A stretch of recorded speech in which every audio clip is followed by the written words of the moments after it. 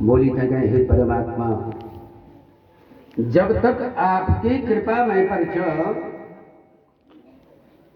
तब तक कामदेव का कोई भी मेरू बाल विवाह को भी कर सको। प्रणाम करी थे नारद जी प्रस्थान कर गए। भगवान शिव की प्रेरणा, भगवान शिव की आज्ञा लेनी, भगवान विष्णु हे परमात्मा जो ये माया तुमने दिखाई,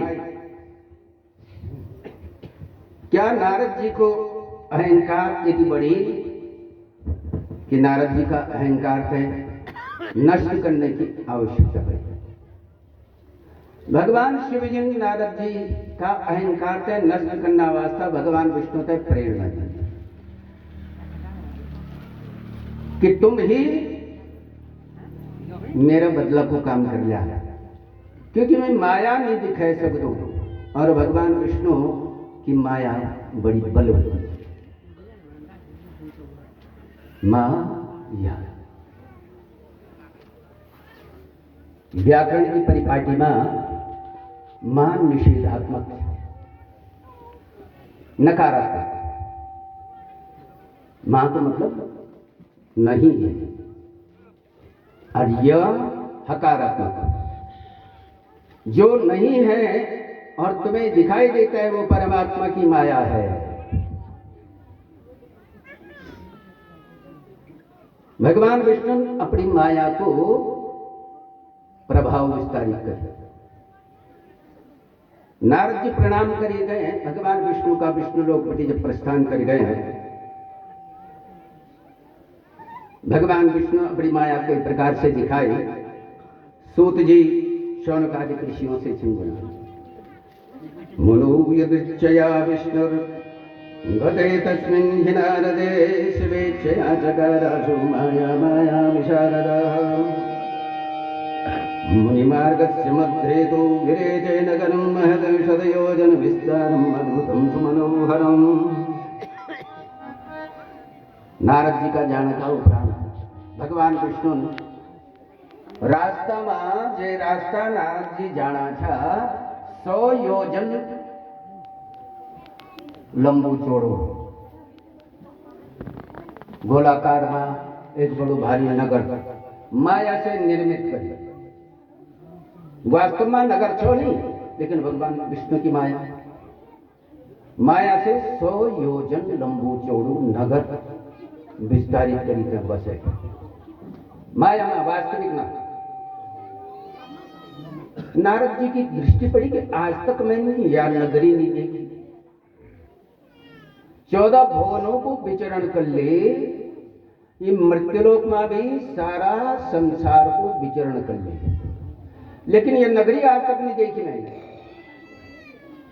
भगवान विष्णु की माया से नारद जी को गर्व नष्ट करने से, अहंकार नष्ट करने से नारद जी का खुट्टा तय नगरी की तरफ बढ़ी गए कि आज यह नगरी देवखणी थी, कनी नगरी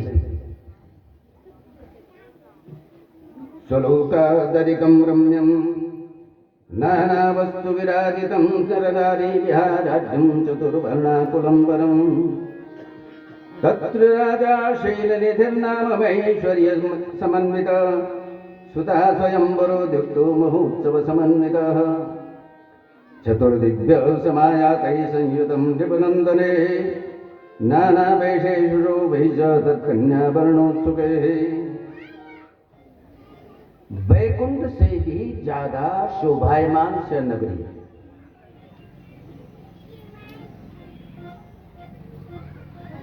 नगरी का भीतर जब प्रवेश करी गया, नगर बड़ो शोभायमान, सब जगह सजावट ही सजावट, तोरण पताका इत्यादि लग्या। रास्ता में लाजा प्रसून यानी धान की जो खील थी, सट्टी का खील सारा रास्ता में बिखेरा, फूल बिछाया रास्ता में। नारद जी देखी कि ये तो बड़ी विचित्र नगरी है, बड़ी शोभायमान। क्या कारण है कि रास्ता में ये फूल चन बिछाया, धान की खील चन बिछाई, राजमहल की तरफ जो प्रवेश कर गए। तय नगरी का राजा था शील निधि। तक कुछ लिखो छो राजपुत्री श्रीमती।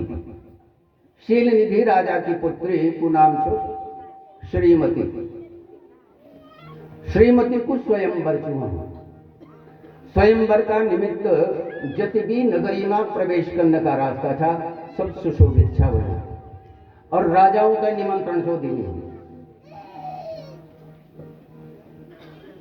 राजकुमारी जय भी राजकुमार के वर्ण कर ली, पसंद कर ली, वे का गौरव माला डाल ली, जय माला स्वेज श्रीमती को पति हो। राजमहल में नारद जी प्रवेश कर गए। आगतम मुनिवर्यम तम दृष्ट्वा शीलनिधिर्नृपवेशार्चयां चक्रे रत्न सिंहासने वरे। अथ राजा स्वतनयां नाम श्रीमतीं वरां समानीय नारदस्य पादयोः समपादयत्। नारद जी ने जब राजा शीलनिधि आया देखो, स्वागत करे, आसन अर्घ इत्यादि नारद जी ने दी और अपनी पुत्री जो देखो स्वयंवर छो श्रीमती को वेतन बुलाई और नारद जी का चरणों में प्रणाम करना वास्ता बोली कि देवर्षि चिन्ह। देवर्षि की उपाधि नारद जी ही से देव ऋषि। नारद जी भगवान विष्णु का अवतारों में भी माना गया, भगवान विष्णु का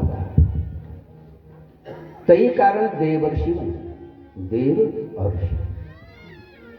ब्रह्मर्षि जो ब्राह्मण वंश में उत्पन्न हुए थे तब ऋषि बने, सन्यासी बने, सी ब्रह्मर्षि। और राजर्षि जो क्षत्रिय था, राजा था, राजा का पुत्र राजकुमार था। और ऋषि वर्ण का उपरांत भी संन्यास्त वर्ण का उपरांत भी जो शस्त्र ने छोड़ी शिक्षा विश्वामित्र जी। देवर्षि, ब्रह्मर्षि और राजर्षि तीन प्रकार का ऋषि है। नारद जी ने राजा शीलनिधि देवर्षि बोली, हे श्रीमती देवर्षि नारद जी हमारा राजमहल में आया खुद प्रणाम कर लिया। श्रीमती नारद जी का चरणों में पड़ी प्रणाम करे। नारद जी श्रीमती का स्वरूप देखी तो मोहित हो गई। जो भगवान शिव का पास जेते बोली कि काम जई तुम नीचे मभी हुई, मैंने भी कामदेव पर विजय प्राप्त कर ली। और श्रीमती को स्वरूप देखी तो मोहित हो। आश्चर्य में नारद जी पड़ी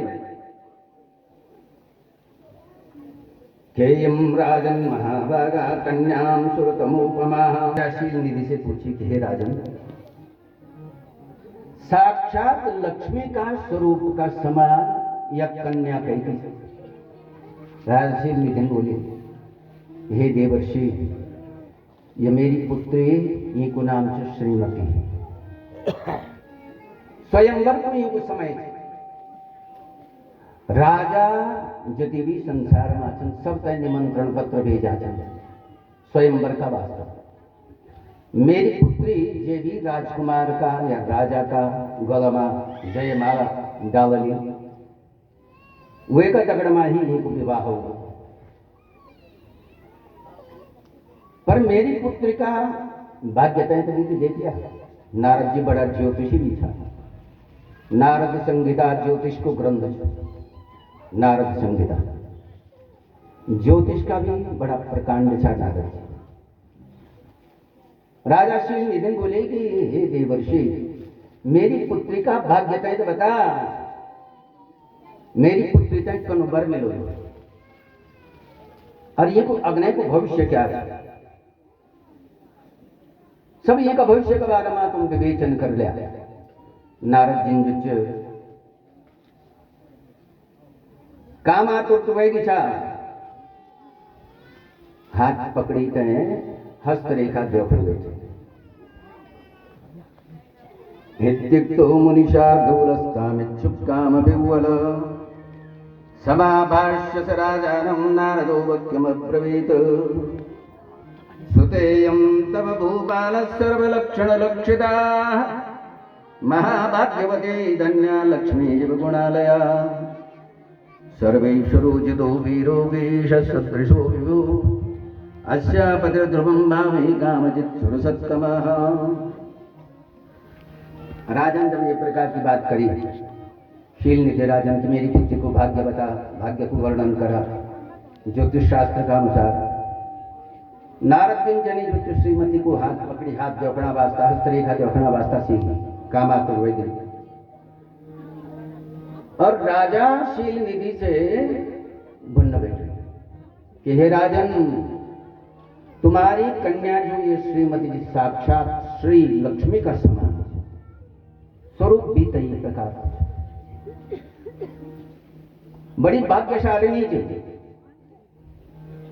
विष्णु का समान स्वरूप अब ये पति हो जे प्रकार स्वरूप भगवान विष्णु को जो तय स्वरूप का समान तुम्हारी पुत्री को पति और भगवान शिव की बराबर जन काम जयी भगवान शिवचंद्र तन्य काम विजयी एक पति हो। अर्थात नारद जी का मनमायु भाव आए कि कामदेव पर शिवजिन विजय प्राप्त करी तो एक बार दूसरे नंबर में मैंने भी कामदेव पर विजय प्राप्त करी। व्यक्ति अगर कुछ ताना बाना मनमा बोल देना तो पल्ली बीतते कोई पूर्व विचार बने जो मनमा। नारद जी विचार करी मनमा सरी योजना बननी तन्नी हाथ छिन जोखना तन्नी मनमा योजना बननी कि मैं क्या कर लूं, मैं तो सन्यासी हूं, हम मेरे गौरव तो राजकुमारी माला डाली नहीं सकती। लेकिन मनवा बात घूमी और फलचंद बना राजकुमारी है। भगवान शिव का समान काम जयी और भगवान विष्णु का स्वरूप का समान स्वरूपवान एक पति बोलो एक भाग्य ये प्रकार मस्ती एक वास्ता काफी समझे थे। नारद जी प्रस्थान कर गए चक्रवर्ती, राम राम भी नहीं करी जाने प्रस्थान कर दिया। चित्ते विचिन्त्य समुने आप्याम कथमेन काम स्वयंवरे बालानां एकं मां प्रणुयात् कथम् सौन्दर्यं सर्वनारीणां प्रियं भवति सर्वथा तद्दृष्ट्वैव प्रसन्ना सा स्ववशान्नात्र संशयः। मनमा नारद जी विचार करने बैठे कब मैं तो सन्यासी हूं, मेरे को ची माला कने डाली सकती ऐसे कुछ न कुछ युक्ति मैं तो निकालू कर वैकुंठ मां दोबारा चली भगवान विष्णु का विष्णु लोक मां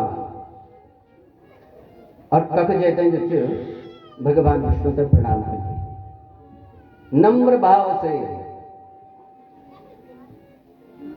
पलित उदंडता मां गए था भगवान विष्णु का बात कि मैं कामदेव पर विजय प्राप्त करूंगा।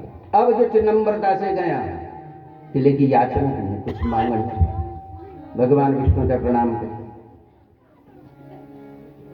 प्रणिपत्य ऋषिकेशं वाक्यमेतत् उवाचः रहसि त्वां प्रवक्ष्यामि स्ववृत्तान्तं अशेषतः तथेत्युक्ते तदा भूतेश वेच्छा कार्यकर्तुः ब्रूहि दुःखवति शेषे मुनिराह केशवम्। भगवान विष्णु का पास प्रणाम करी जब नारद जी गया पर भगवान विष्णु बोली नारद जी अभी कुछ समय पहले तो तुम गए छा बेटी अभी कौन प्रयोजन क्या है तुम्हारा कुछ विशेष बात क्या कुछ याचना करने की इच्छा तुम्हारी। नारद जी बोली परमात्मा इच्छा तो मेरी इच्छा पर मैं सबका सामने नहीं बोल सकता, तुम और मैं जरा अलग जगह पर चल जोला जखम सिर्फ तुम और मेरा तब जेते में अपनी याचना प्रार्थना तुम्हारे पास बोलो। ऐसे हम थोड़ा अलग चले जाना, अलग स्थान पर चलिया, अलग कक्ष में चलिया विष्णु लोक में, और अलग कक्ष में जेते भगवान विष्णु से मंत्रणा करने बैठे। भगवान विष्णु से बना नारद जी के बात सुनिए। भगवान विष्णु से बोली कि हे परमात्मा, तुम्हारा रचा संसार में एक सुंदर नगरी और तक को राजक शील निधि की पुत्री श्रीमती, और स्वयंवर को समय बड़ा सुंदर स्वरूप वाली। मैं तो जीवन भर में कुंवार ही रही हूं, आज तक मैंने ब्याह नहीं की। अब मेरी इच्छा छुआनी मैं भी अपनी घर गृहस्थी बसाऊं, संसार देखी तो मेरे मन भी जरा गृहस्थी की तरफ झुकी। और तय राजकुमारी श्रीमती का दगड़मा में ब्याह करना चाहता हूं, पर मेरे गला में माला कने पैदा सकती। राजकुमारी थी और मैं छू सन्यासी, और मैं पसंद कर ली। अब कुछ ये उपाय बता कि जो मेरे को उनसे श्रीमती जयमाला पैरे जो। स्वयंवरं चकारासौ भूपतिस्तनयैच्छया चतुर्दिग्भस्समायाता राजपुत्रा सहस्रशः। यदि दास्यसि रूपं मे ददातां प्राप्नुयां ध्रुवं, तद्रूपं सा विना कंठे जयमालां न दास्यते। दसों दिशाओं से अनेक राजकुमार तक आया है स्वयंवर का वास्ता, और मैं पसंद कर दूं, मैं तो पसंद है कि लेकिन गृहस्थी बसोने की इच्छा हुई नहीं मेरी। और ये सन्यासी रूप है कन्हैया माला पैदा। मेरी प्रार्थना है कि परमात्मा आप अपने रूप में दीजिए कुछ समय का वास्ता। स्वरूप जनो भगवान विष्णु कुछ तनु स्वरूप के कोई देवताओं, और नारद जी स्वरूप से माना परमात्मा में तो तुम्हारो भक्त छो। अगर तुम अपनो रूप लावण्य में ध्यो न तो जरूर राजा शील निधि की पुत्री मेरे गौरव जयमाला डालना। बस ये मेरी प्रार्थना है।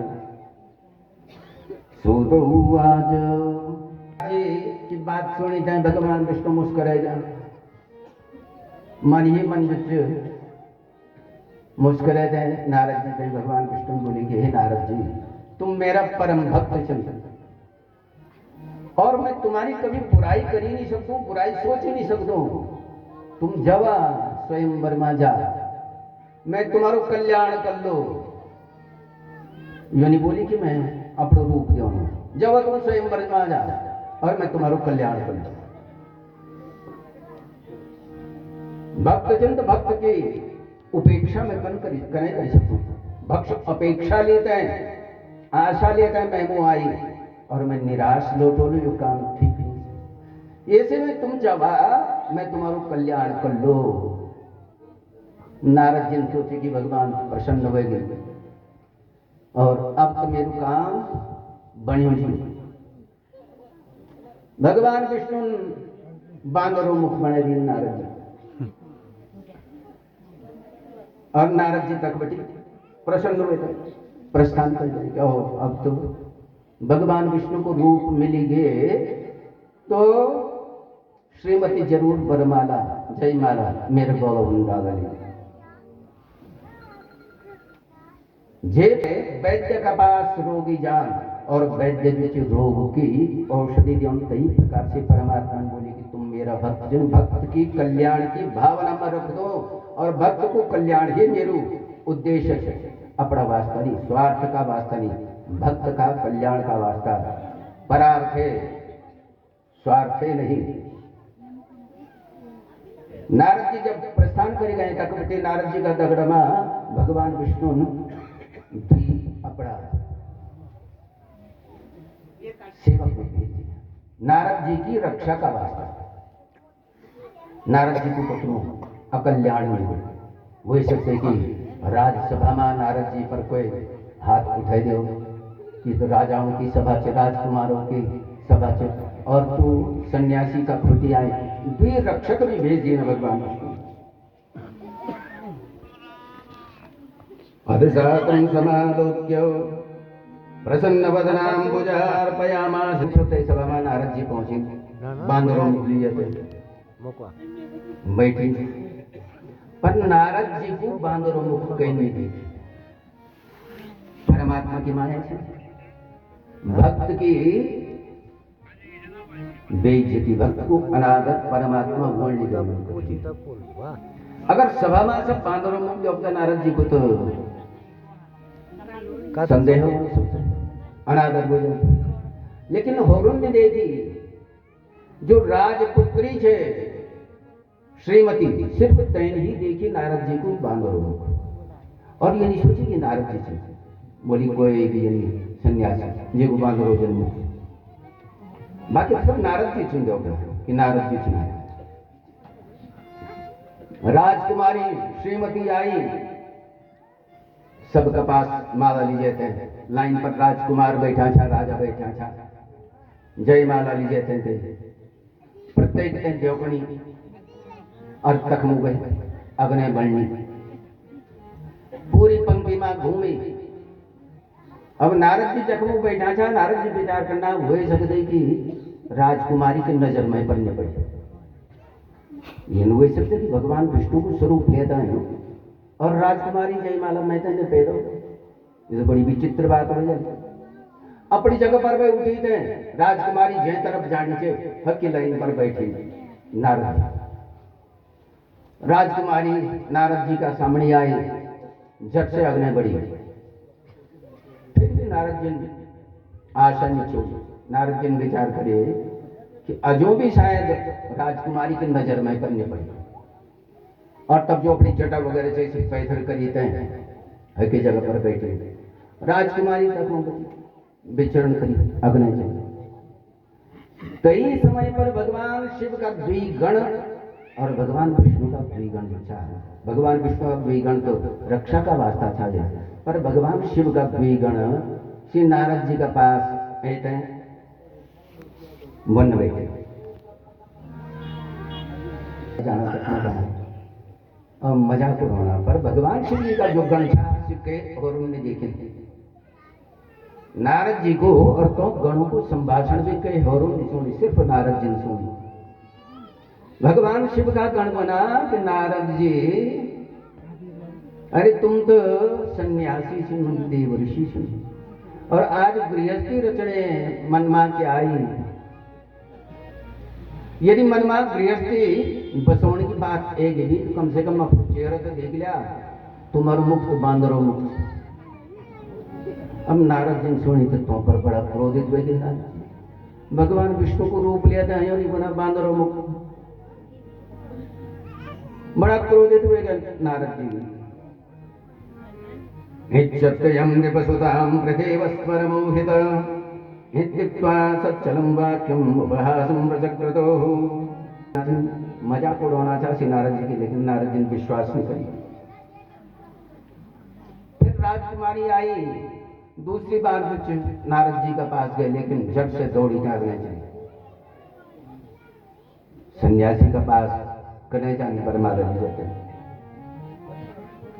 अब नारद जी जो भाग्य रेखा पड़ी है श्रीमती जी, राजा का पास बोली तो कि तुम्हारी पुत्री को पति भगवान विष्णु का स्वरूप का समान रूपवान बोलो, और भगवान शंकर का समान कामजयी बोलो।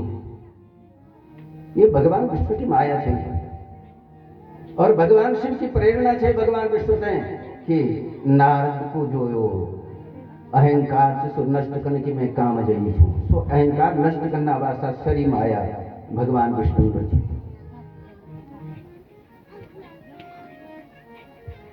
अकस्मात भगवान विष्णु एक राजकुमार को रूप बनाते हैं, सुंदर। राजकुमारी की दृष्टि पड़ी, अन्य राजकुमार तो पहले बैठे बैठा था सभा में, लेकिन भगवान विष्णु अनायास पहुंचे। राजकुमारी झट से गए और जयमाला तो ही राजकुमार का गला में पहनाई। नारद जी निराश हुए, जो अन्य भी राजकुमार तक जया था, राजा जया था, सब निराश हुए थे, लौट गए।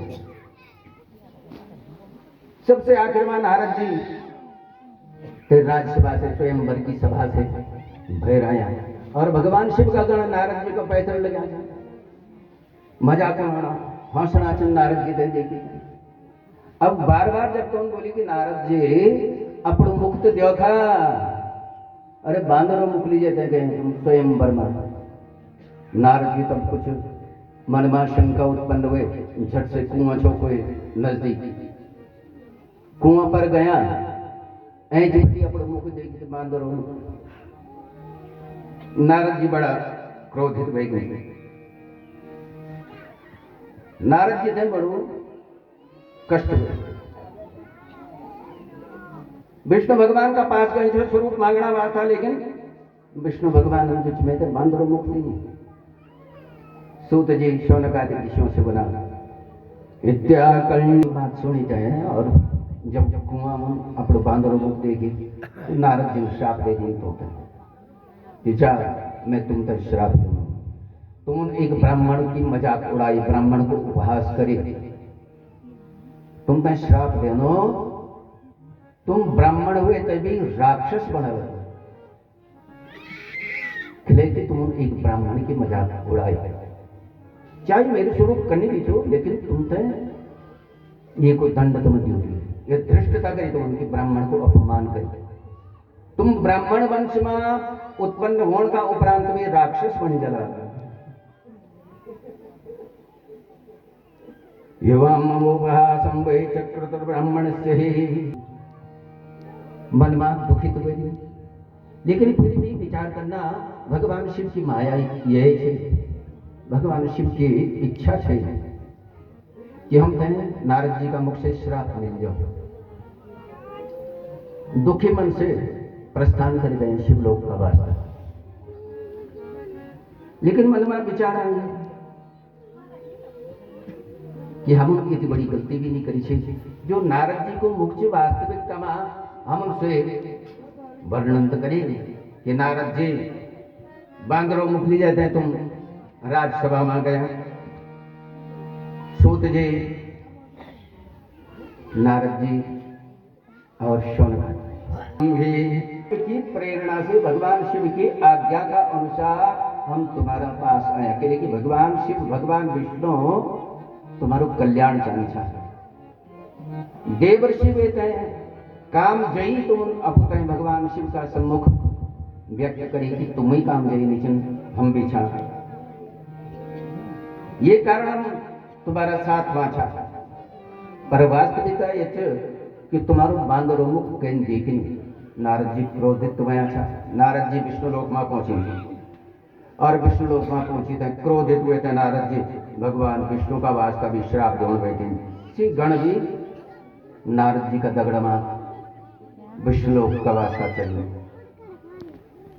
हे हरि तुम महादुष्ट, श्राप दे देने के, हे विष्णु तुम भी बड़ा कपटी छे, मायावी छे,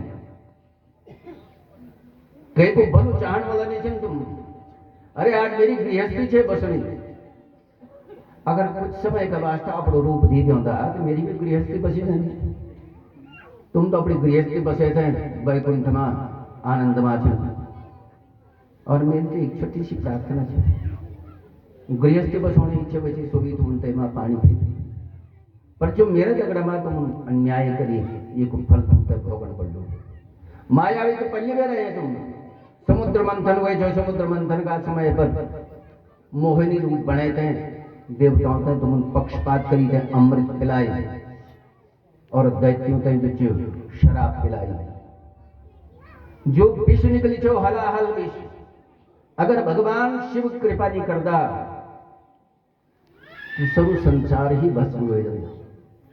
शुद्ध मेरा बोला शंकर तो उन विष पान कर ले और सब विष भी गौवा पर ही रखे, पेट में ले ली। नीलग्रीव भगवान शिव को नौ हुए, मेरा शिव सबसे बड़ा छन भगवान विष्णु का पास ये बात छन बना। और तुम माया भी छन गति सकपटा ते और श्राप दे दी भगवान विष्णुदेव ने कि हे विष्णु, जो बांदरों मुक्त तुम मेहता देनी, एक समय जब ये नौ लोग तुम्हारी पत्नी को हरण हो, स्त्री वियोग में जब तुम रोला और तुम मेहते जो स्त्री वियोगी बनाए थे, तुम तो भी दूसरा अवतार में स्त्री वियोग सहन करना पड़ लो। और स्त्री वियोगी होने का उपरांत जो बांदर को मुक्त मन मेहता देनी थी, बंदर ही तुम्हारा सहायक बोला, तुम्हारी सहायता सी बांदर ही कर रहा। और जो भगवान शिव जी का गणछा, रुद्र का गणछा तो शाप दिन ब्राह्मण वंश में उत्पन्न हुए थे, तुम राक्षस बोला। श्री रावण और कुंभकर्ण श्राप नारद जी जो रावण और कुंभकर्ण से, श्री रामचंद्र जी और सीता जी त्रेता युग में, सत्य युग को जो प्रसंग थे त्रेता युग में रामावतार हुए और तय समय पर सीता जी को हरण हुए। सीता हरण होने का उपरांत पत्नी का वियोग में जब रामचंद्र जी विचरण करना था, हनुमान जी सुग्रीव इत्यादि तो का सहायक हुए। रावण कुंभकर्ण तो की पत्नी को हरण करना का वास्ता रावण आई। यो नारद जी को श्राप छो